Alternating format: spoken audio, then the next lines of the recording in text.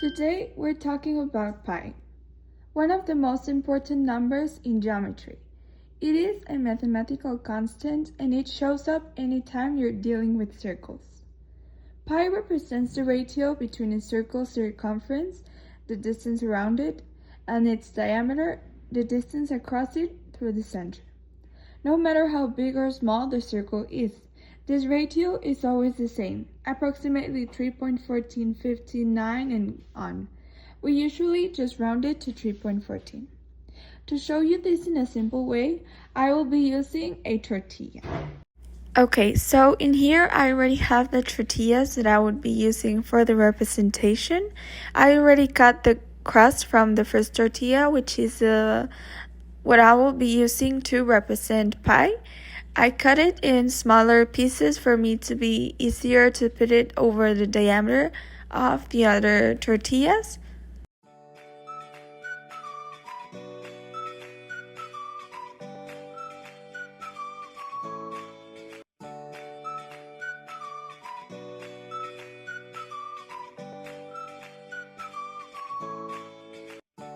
Okay, now that I've ended putting the crust of the first tortilla over the diameter of the other ones, we can observe that it takes place of the diameter of 3 tortillas and a little more, which would be the value of 3.14, and altogether we add up 3.14, which is the value of pi.